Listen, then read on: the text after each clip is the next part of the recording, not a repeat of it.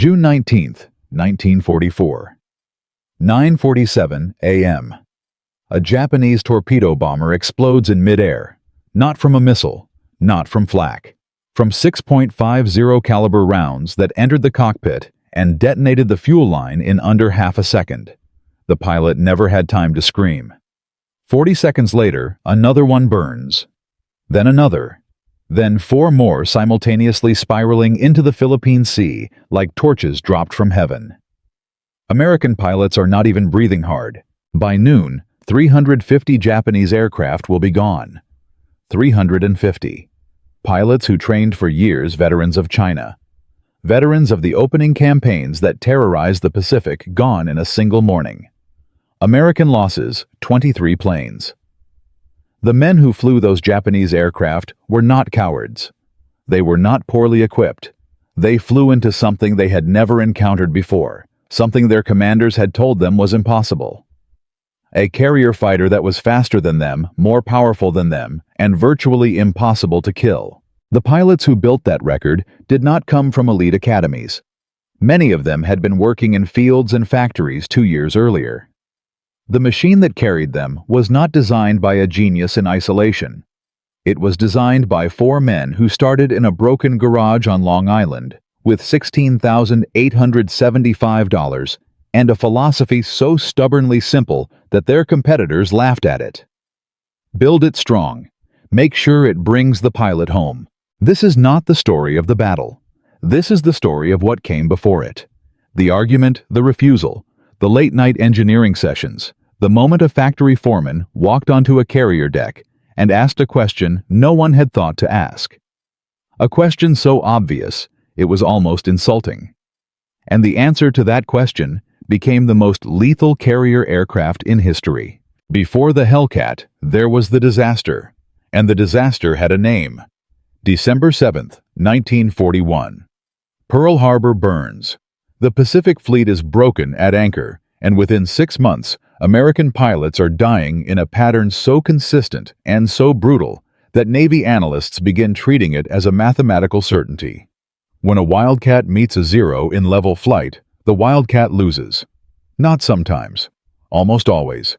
The Zero climbs faster, turns, tighter, accelerates quicker, and carries weapons that hit with enough force to ignite a Wildcat's unprotected fuel tanks in a single pass.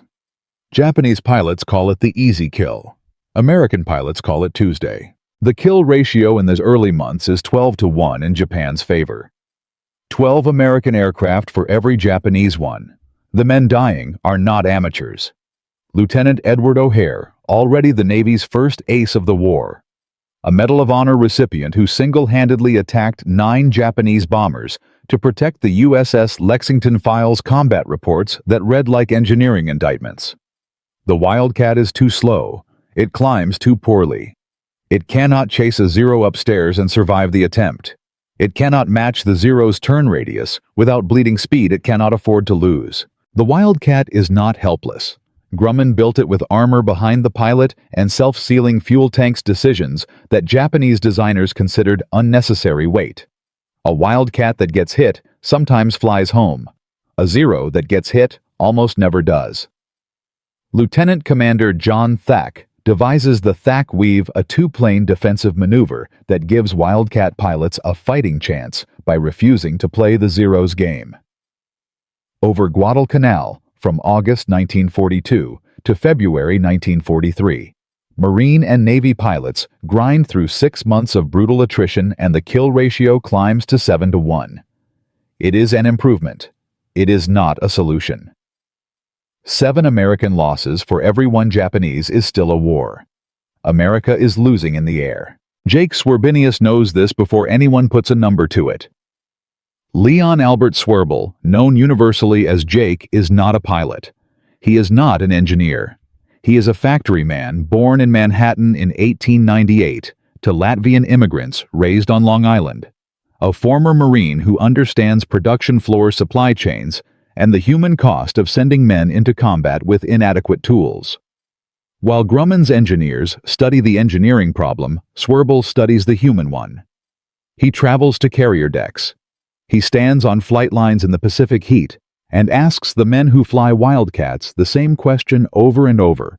What do you need? The answer comes back the same way every time. Give us something that will go upstairs faster. Give us speed. Give us power. Give us something that doesn't burn when it gets hit. Give us something we can take the fight to the zero in instead of just surviving the encounter. Swearbull writes it all down. He flies back to Bethpage, Long Island, and he puts those words on the desks of two men who can do something with them. William Schwendler is the structural mind of Grumman Aircraft. Born in 1904, the son of a German immigrant trained at New York University in aeronautical engineering. He thinks in loads and stresses and the 1,000 ways a machine breaks under forces its designers did not anticipate. His philosophy is not elegant. It is relentless. Build every structural component to twice the required strength. Not because the specification demands it, because the specification was written by men who never had their aircraft shot at, never landed hard on a pitching carrier deck in a Pacific squall, never felt the airframe flex in ways the drawings said were impossible. Schwendler does not trust specifications. He trusts material science. Double the margin, and when the specification turns out to be wrong, the pilot comes home anyway.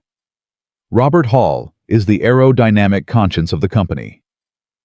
Born in 1905, trained at Michigan, he made his reputation at Granville Brothers Aircraft, designing the GB Racer, a machine so blindingly fast and so murderously unstable that Jimmy Doolittle called it the sweetest ship he had ever flown, and multiple pilots died proving him wrong. Hall understands speed.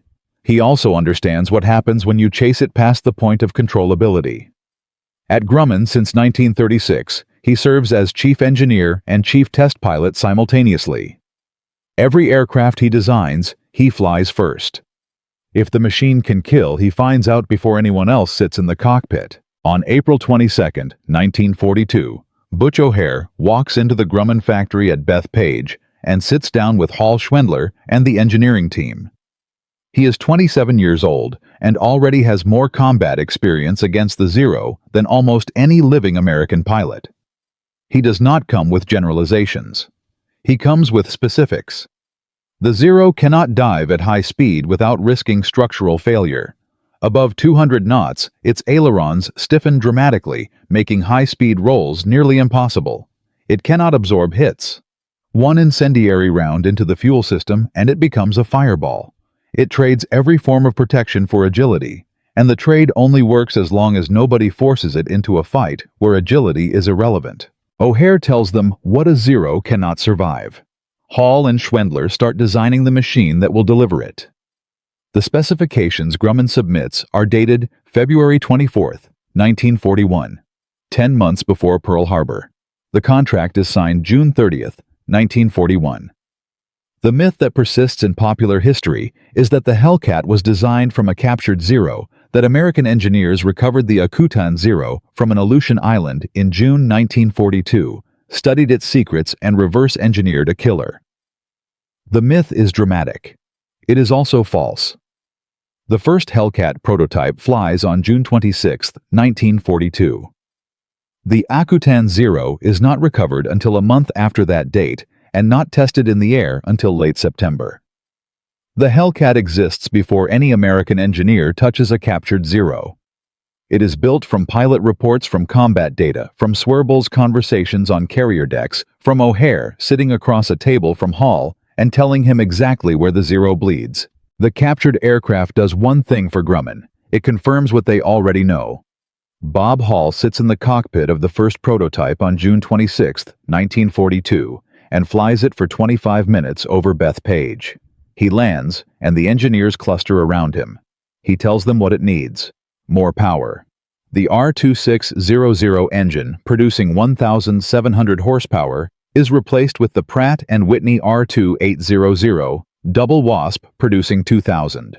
The airframe is strengthened to carry it. The wing is moved lower on the fuselage. The landing gear is repositioned from the fuselage to the wing roots to clear a larger propeller. Schwendler redesigns the load-bearing members to the same standard he has always held: twice the required strength. Not once. Twice. The result weighs 12,598 pounds fully loaded. The Zero weighs 6,100. The Hellcat is more than twice as heavy. It carries 212 pounds of cockpit armor. The Zero carries none. It carries 6.50 caliber M2 Browning machine guns with 400 rounds each. Its Pratt & Whitney engine produces nearly double the horsepower of the Zero's Nakajima Sakai. It reaches 376 miles per hour at altitude against the Zero's 331. It can dive at speeds that will tear the Zero's wings off. Above 200 knots when the Zero's ailerons freeze, the Hellcats remain fully responsive. It is not an elegant machine. It is not designed to be. It is designed to absorb punishment the Zero cannot deliver, and deliver punishment the Zero cannot absorb. It is designed to be flown by men who learn to fly it in weeks, not months, because the Navy is training thousands of new pilots and cannot afford a machine that kills its own pilots during training. It is designed to be built at industrial speed by a workforce that includes women who had never seen an aircraft assembly line before 1942. When the first production Hellcat rolls off the Bethpage line, Swerble is already talking to the Navy about monthly output targets. When the Navy asks for 500 aircraft per month at peak production, he tells them he can build 700. He is not wrong. At peak output, the Bethpage factory produces one Hellcat every single hour around the clock every day of the week. But the machine has not been tested in combat yet. And somewhere in the Pacific, Japanese commanders are preparing the largest coordinated carrier strike since Midway. They believe they still hold the advantage. They believe the Americans they will face are flying the same Wildcats that barely held Guadalcanal. They are about to discover what Swerble's workers built, what Schwendler's margins protected, and what Hall's test flights proved. They are about to discover the Iron Works. In Part 1, we watched 4 men build a machine from pilot reports and factory philosophy. Grumman set the standard. Schwendler doubled every structural margin. Hall drew the aircraft and flew it first. Swerble walked carrier decks and asked dying men what they needed. The result was the F6F Hellcat, a fighter twice as heavy as the Zero and nearly twice as powerful. It entered production in late 1942 at a rate the Navy had never seen from a single factory. But building the machine was only half the problem. The other half was convincing the men who controlled the Pacific Air War to actually use it the way it was designed to be used. And that problem had a name. His name was Vice Admiral John Henry Towers. Towers was not a villain. He was something more dangerous than a villain. He was a man who had been right for so long that he had stopped questioning whether he might be wrong. Born in 1885, the third naval aviator in American history, a man who had fought for carrier aviation when admirals still believed battleships decided wars, Towers had earned every conviction he held. And in the winter of 1942, his conviction was this: the way to fight the Zero was tactics, not hardware. Train the pilots better. Fly the Thack Weave. Use altitude and discipline. The Wildcat was adequate. What was inadequate was the way it was being flown. Swerble knew this argument. He had heard it in Washington briefing rooms and in Pearl Harbor corridors and in the letters that came back from Pacific Air Groups, politely explaining that the Navy's doctrine was sound and Grumman's concerns were appreciated. He also knew the argument was killing people at a rate of roughly 7 American aircraft for every Japanese one. 7 to 1 was better than 12 to 1. It was not good enough. In January 1943, Swerble requested a formal meeting with Towers' staff in Pearl Harbor. He brought Schwendler's performance data. He brought combat reports from Guadalcanal. He brought a photograph of a Wildcat that had taken 11 Zero rounds through the fuselage and still landed at Henderson Field with the pilot alive. Then he brought the Hellcat specifications and placed them on the table. The exchange that followed was recorded in Grumman's internal correspondence. A Towers staff officer looked at the Hellcat's weight figure, 12,598 pounds fully loaded, and said flatly, "You're asking us to put a truck on a carrier deck." Swerble did not raise his voice. He said, "I'm asking you to put a pilot back on that deck after the fight is over." The meeting ended without a decision. Towers' staff asked for more data. More data was the institutional language for not yet. The problem was time. The Guadalcanal campaign had ended in February 1943 with an American strategic victory that cost Japan its experienced pilot corps. But the replacement Japanese pilots arriving in the Solomons and Rabaul were not the novices American planners hoped for. Japan was still producing trained aviators faster than the attrition models predicted. The air war over the Central Pacific was not over.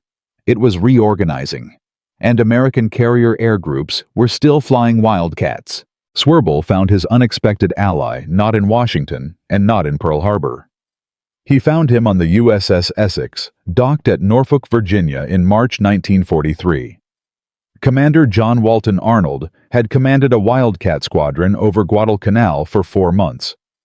He had 31 confirmed kills across his squadron's record. He had lost 9 pilots.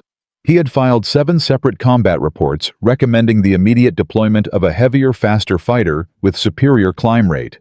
And he had received 7 acknowledgments that said his reports were being reviewed. Arnold had also flown a Hellcat. Grumman had arranged evaluation flights for selected combat veterans in late 1942, a deliberate strategy to build advocacy inside the fleet before the formal deployment decision was made. Arnold flew the Hellcat for 3 hours over Chesapeake Bay and landed with an expression that Grumman's test coordinator described in his notes as a man who had been handed a weapon after fighting with his hands. Arnold told Swerble directly, "Get me in front of Towers and give me 20 minutes." The meeting happened on April 7, 1943. Arnold brought his combat logs. He brought the names of his 9 dead pilots and the circumstances of each loss. He did not present the Hellcat as a better aircraft in the abstract. He presented it as the specific answer to the specific problem that had killed specific men in specific engagements. When a Towers staff officer suggested that improved tactics could achieve similar results with the Wildcat, Arnold placed his combat logs on the table and asked the officer to show him which tactics would have saved the pilot lost on November 14, 1942, when his Wildcat was caught in a climbing engagement at 15,000 feet by 2 Zeros that reached altitude first because their climb rate was superior. The officer could not answer. Towers approved a formal evaluation. The evaluation was scheduled for May 12, 1943, at Naval Air Station Oceana in Virginia. The parameters were explicit and deliberately harsh. 8 Hellcats flown by combat veteran pilots would be tested against 8 Wildcats flown by equally experienced pilots in simulated combat engagements. The evaluation board would include 3 officers from Towers' staff, none of them predisposed toward the Hellcat. If the Hellcat failed to demonstrate clear superiority in at least 4 of 6 performance categories, the deployment decision would be deferred indefinitely. 1 evaluation, no appeals. The morning of May 12th was overcast with a ceiling at 4,000 feet and a 15-knot crosswind. Not ideal conditions. Ideal conditions were not promised. The 8 Hellcat pilots arrived at Oceana the night before. Arnold briefed them for 2 hours. He told them to fly the aircraft the way combat demanded it be flown, not the way an evaluation board expected to see it flown.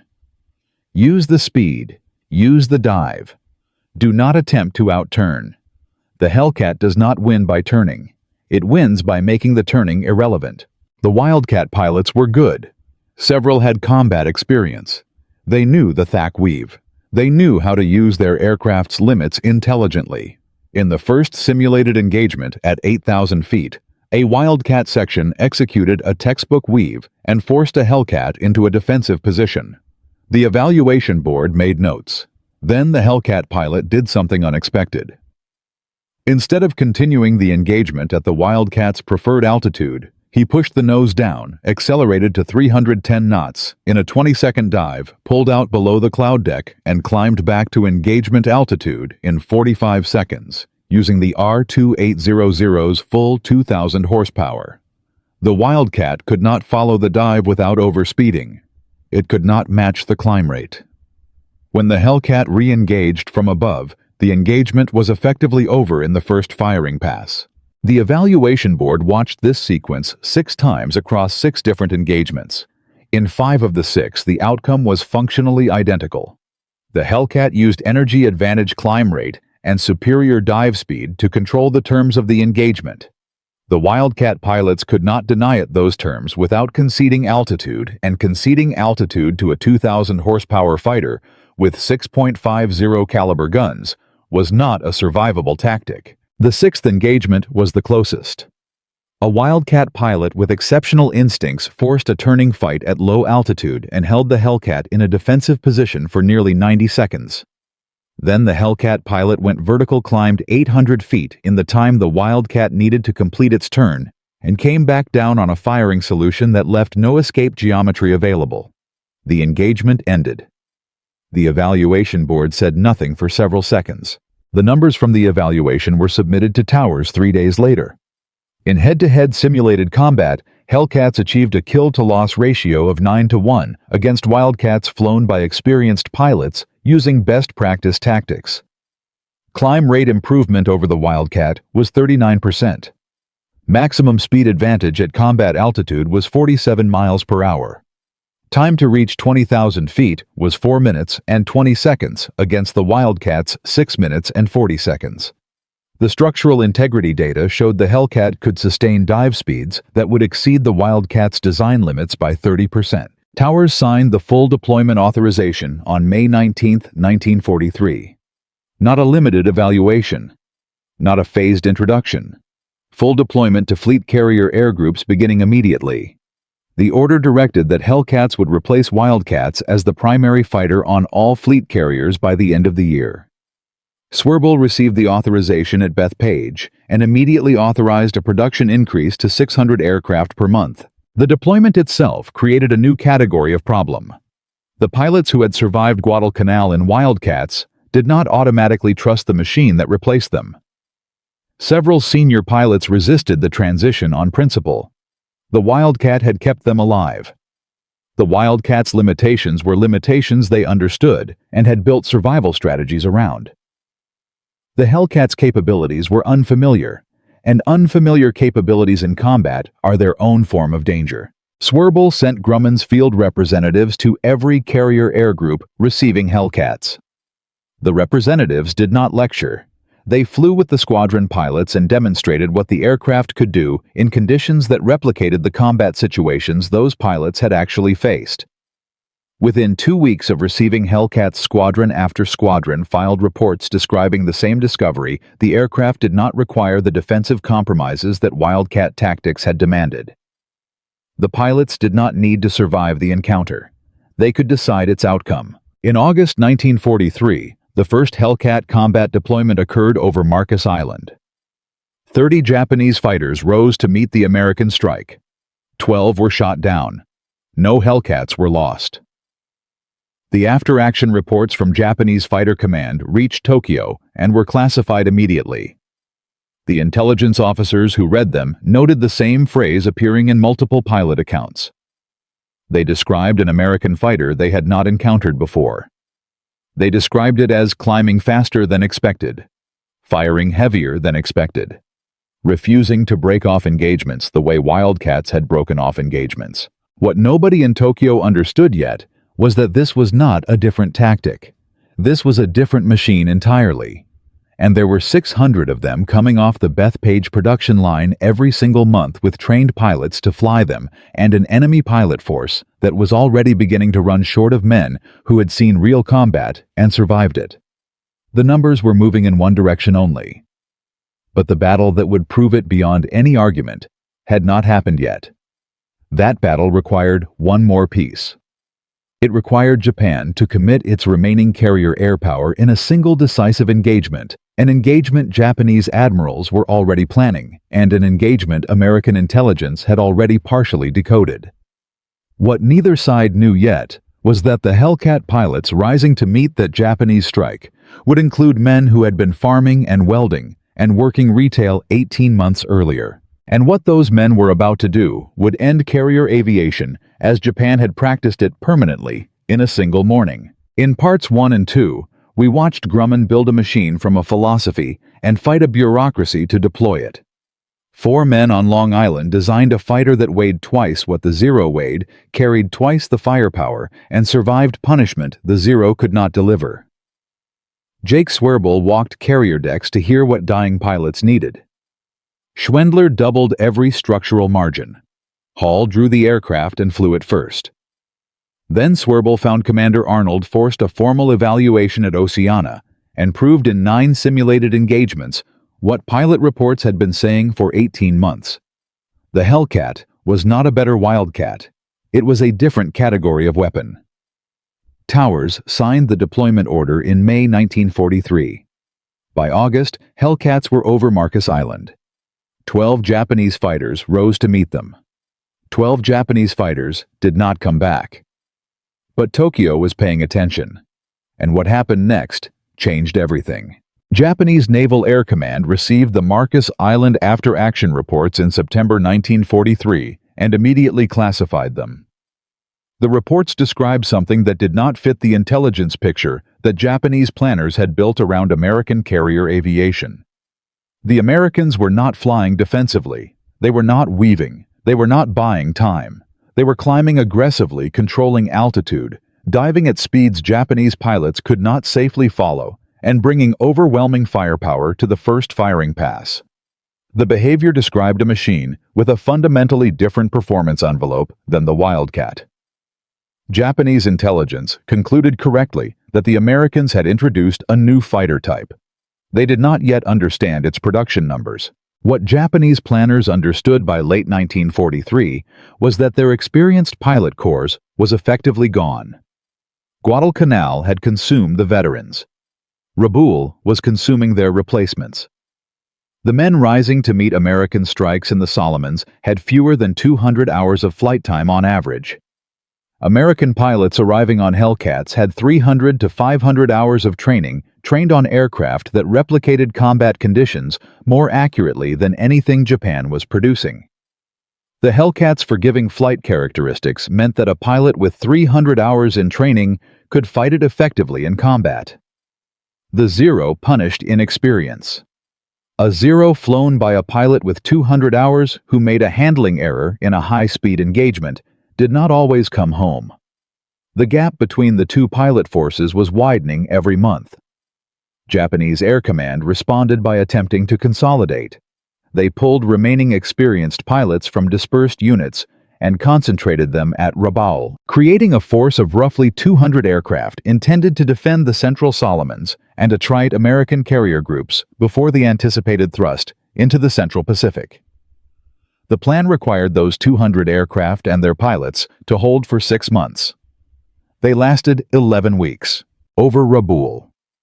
From November 1943 through January 1944, Hellcats and Corsairs flew daily strikes against the most heavily defended Japanese airbase in the South Pacific. The Japanese threw every concentrated asset they had at those strikes. The results measured in Japanese aircraft losses ran between 8-1 and 11-1 against American losses across the campaign. By February 1944, Japanese Air Command had effectively abandoned Rabaul as an offensive base. The concentrated, experienced pilot force that was supposed to hold for 6 months was destroyed.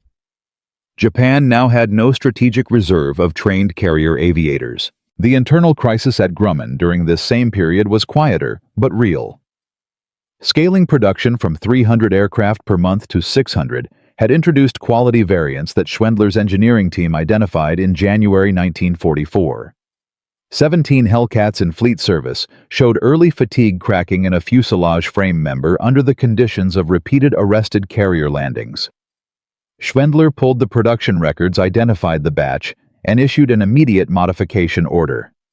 The fix required 23 additional rivets in the affected frame section and took a factory team 4 hours per aircraft to implement.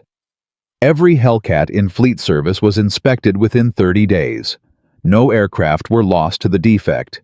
But the episode gave ammunition to the officers who had opposed the deployment decision and never stopped looking for evidence that the rapid expansion had compromised the aircraft's integrity. A formal inquiry convened in February 1944 reviewed the modification order and the production records. Schwendler testified for 3 hours. He presented the fatigue data, the inspection results, and the modification specifications. He also presented the structural testing records showing that even the affected aircraft with the fatigue cracking present still met 180% of the required structural load. The design margin he had insisted on from the beginning had turned a potential catastrophe into a maintenance issue. The inquiry closed without adverse findings. But the episode cost 6 weeks of political capital that Swerbel needed for the production increase request he was preparing. The delay in authorizing 700 aircraft per month pushed the ramp-up back to April 1944, 2 months later than Swerbel had planned.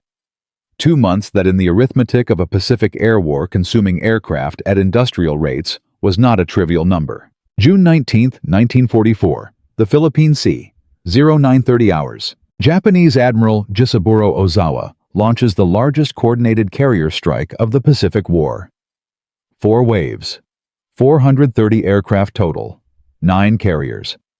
The target is the American Fifth Fleet under Admiral Raymond Spruance, covering the Mariana Islands landings. Ozawa's plan is called the AGO operation. Its premise is that land-based Japanese aircraft from Guam, Tinian, and Saipan will combine with carrier strikes to overwhelm American defenses through sheer volume. The math on paper favors Japan. What the math does not account for is 480 Hellcats waiting at altitude. The first wave appears on American radar at 150 miles.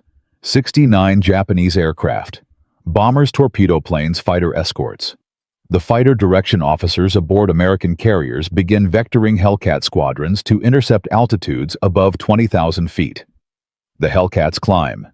The R-2800 engines pull them upstairs at a rate the Zero escorts cannot match without abandoning the strike aircraft they are protecting. The Japanese formation arrives at the intercept point already tactically compromised. The escorts are separated. The bombers are exposed. 42 of the 69 aircraft in the first wave are destroyed before they reach the American fleet. Not damaged, destroyed. The second wave is larger. 128 aircraft. The Hellcats waiting above the fleet have been reloaded and refueled on rotating schedules since dawn. Fresh aircraft meet the second wave at 18,000 feet. More than 100 of 128 Japanese aircraft are shot down in engagements that last between 4 and 11 minutes per contact. The American pilots are not flying defensively. They are hunting. The third wave is partly misdirected by navigational error and loses contact with the main fleet. The fourth wave finds the outer screen and loses 73 of 82 aircraft engaged. By 1500 hours, it is over. Japanese naval aviation has lost 330 aircraft in a single day. 3 Japanese carriers are sunk by American submarines operating on the fleet's flanks. Ozawa escapes with his remaining ships, but not with his air groups. The air groups are gone.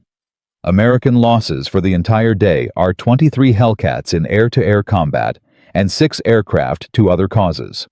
The kill ratio for June 19th alone is approximately 14-1. The American pilots who flew that day gave the battle its name afterward. They called it the Great Marianas Turkey Shoot. The name was not boastful, it was accurate. Japanese pilots were not cowards. They flew into those engagements knowing what the odds had become. But they flew obsolete aircraft with inadequate training against a machine that Grumman had spent 3 years building specifically to kill them, and they died at a rate that no Air Force in history had sustained in a single engagement and recovered from. Lieutenant Alex Vrasiu, a VF-16 aboard USS Lexington, shot down 6 Japanese aircraft in 8 minutes during the first wave intercept. He landed back aboard ship, climbed out of the cockpit, and held up 6 fingers for the deck crew watching from below. His total for the war would reach 19. On June 19th alone, he had destroyed more aircraft than most fighter pilots encountered in a full combat tour. He later described the engagement with the precision of a man who had flown it many times in memory.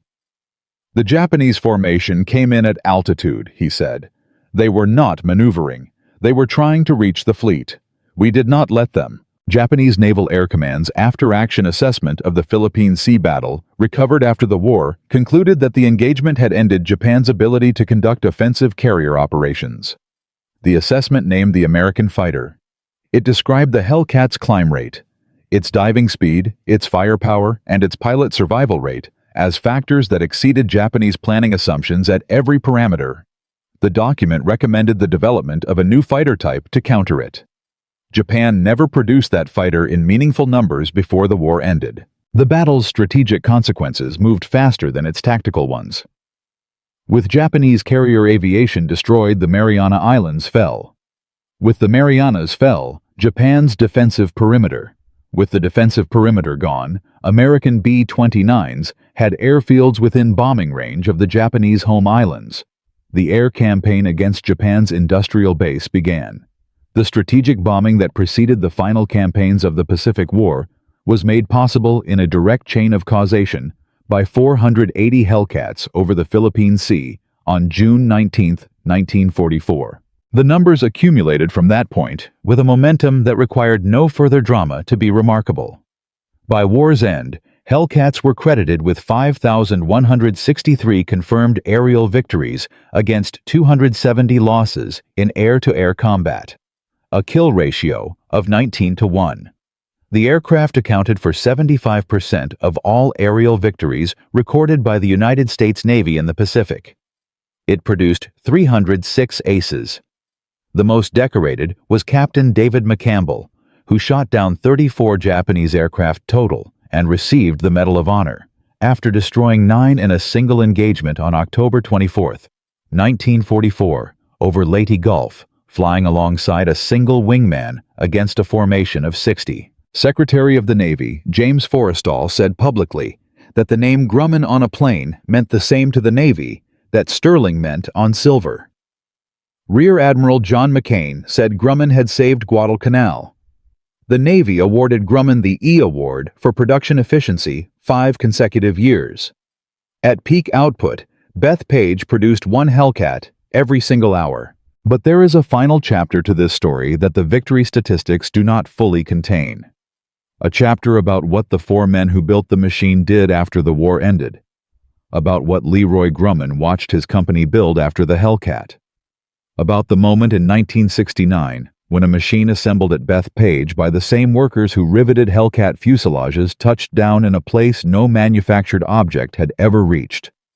And about what that moment meant for a man who had started a company in a broken garage on Long Island with $16,875 and a philosophy so simple it was almost embarrassing. Build it strong. Make sure it brings the pilot home. The story of what happened to the ironworks after the war ended is a story that most people who know the Hellcat have never heard. And it is the part of the story that explains why the company mattered beyond the Pacific. In 3 parts, we have followed the complete arc of a machine and the men who built it. 4 founders in a broken garage. A factory foreman who walked carrier decks, asking dying pilots what they needed. A structural engineer who doubled every margin because specifications were written by men who had never been shot at. A chief engineer who flew every aircraft he designed before anyone else sat in the cockpit. The Hellcat went from blueprint to combat in 18 months, survived a bureaucratic fight that nearly delayed its deployment by a year, proved itself over Marcus Island Rabaul and the Philippine Sea, and ended Japan's carrier aviation in a single morning. But Part 3 ended with a question. What happened to the men who built it? And there is one final detail about this story that almost no one who knows the Hellcat has ever heard. That detail changes the way the entire story lands. Jake Swerble scaled Grumman down after the war with the same intensity he had scaled it up. The transition from wartime to peacetime production was the moment that destroyed most American aircraft manufacturers. Demand collapsed overnight. Workers were demobilized. Contracts were canceled. The industry shed 90% of its workforce in 18 months, and most companies bled money through the adjustment. Grumman was the only American aircraft manufacturer to post a profit in 1946. Swerble managed the contraction the way he had managed the expansion personally. walking the floor, making decisions faster than the accounting could catch up with them.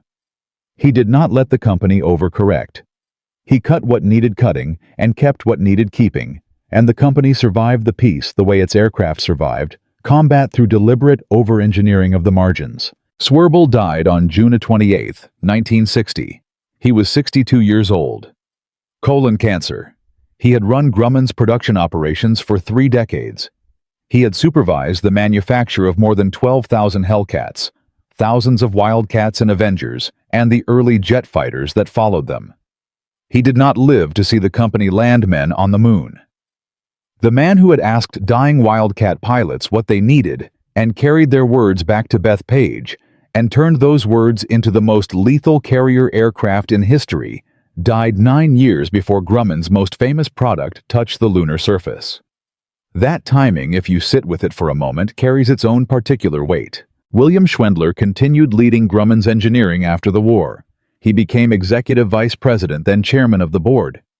His structural philosophy ran through every aircraft the company produced for 3 decades after the Hellcat. The F-9F Panther, the F-9F Cougar, the A-6 Intruder, the F-14 Tomcat. Build it to twice the required strength, not because the specification demands it, because the specification does not account for war. Schwendler died on January 15, 1978 in Farmingdale, New York. He was 73. He had lived long enough to watch the structural principles he established at Grumman in the 1930s appear in virtually every serious naval aircraft design program in the Western world. Robert Hall rose to corporate vice president and supervised the design of Grumman's first jet fighters before retiring. The man who had designed the fastest racing planes in America in the 1930s and the most lethal carrier fighter of the 1940s helped guide the company into the jet age with the same principle he had always applied. Fly it first. Find out what it can do before you ask anyone else to find out. He died in 1991 at 85. He outlived his aircraft by decades and watched the descendants of the machines he drew defend American carrier groups through Korea, Vietnam, and the Cold War. Leroy Grumman retired as chairman in May 1966 and was named honorary chairman for life. Diabetes took his eyesight in the early 1980s. He died on October 4, 1982, at North Shore University Hospital in Manhasset, Long Island. He was 87. He had outlived Jake Swerbel by 22 years and watched the company he started with 5 men and a broken garage become the most important naval aircraft manufacturer in American history. He had watched it build the lunar module that carried Neil Armstrong and Buzz Aldrin to the lunar surface on July 20, 1969. He had watched it build 13 lunar modules, every one of which performed without failure. He had watched the Apollo 13 lunar module serve as a lifeboat for 4 days after the service module was crippled by an explosion in 1970, keeping 3 men alive in a machine built at Bethpage by workers who had learned their craft on Hellcat assembly lines. The man who had wanted a company of no more than 250 people watched a workforce of 25,500 build machines that went to the moon. He accepted the information. He never fully accepted the improbability of it. The Hellcat's direct technical legacy extended further and lasted longer than most people who know the aircraft's combat record understand. The R2800 double WASP engine that powered the Hellcat to 376 miles per hour in 1943 was adapted for civilian transport aircraft after the war. The Douglas DC-6 and the Lockheed Constellation, the aircraft that defined transatlantic commercial aviation in the late 1940s and 1950s, flew on variants of the same engine family. The structural design principles Schwendler established at Grumman. The practice of building primary load-bearing members to twice their calculated required strength and testing to destruction rather than to specification became standard practice in naval aircraft design across NATO member nations by the early 1950s. The British Royal Navy, the French Aéronavale, and eventually the Japanese Maritime Self-Defense Force all incorporated versions of Grumman's structural testing philosophy into their own aircraft procurement standards. The Hellcat itself served with the French Navy until 1960. 17 years after its combat debut over Marcus Island, Hellcats were still flying operational missions from French carriers in conflicts that Grumman's founders could not have imagined when they laid down the specifications in February 1941. The aircraft's basic airframe proved so structurally sound that multiple Hellcats recovered from Pacific wrecks and refurbished in the post-war period are still airworthy today. Several fly at air shows annually. The R2800 engines, maintained by specialists who learned their trade on aircraft that flew before they were born, continue to start and run without significant modification from the 1943 production standard. Schwendler's margins have now been holding for more than 80 years. The F-14 Tomcat, which Grumman delivered to the Navy in 1974, carried the same founding philosophy forward into the supersonic age. Variable geometry wings, titanium primary structure, a radar and missile system designed to defend carrier groups against Soviet bombers at ranges the Hellcat's pilots would have found incomprehensible. The Tomcat flew from American carriers for 32 years.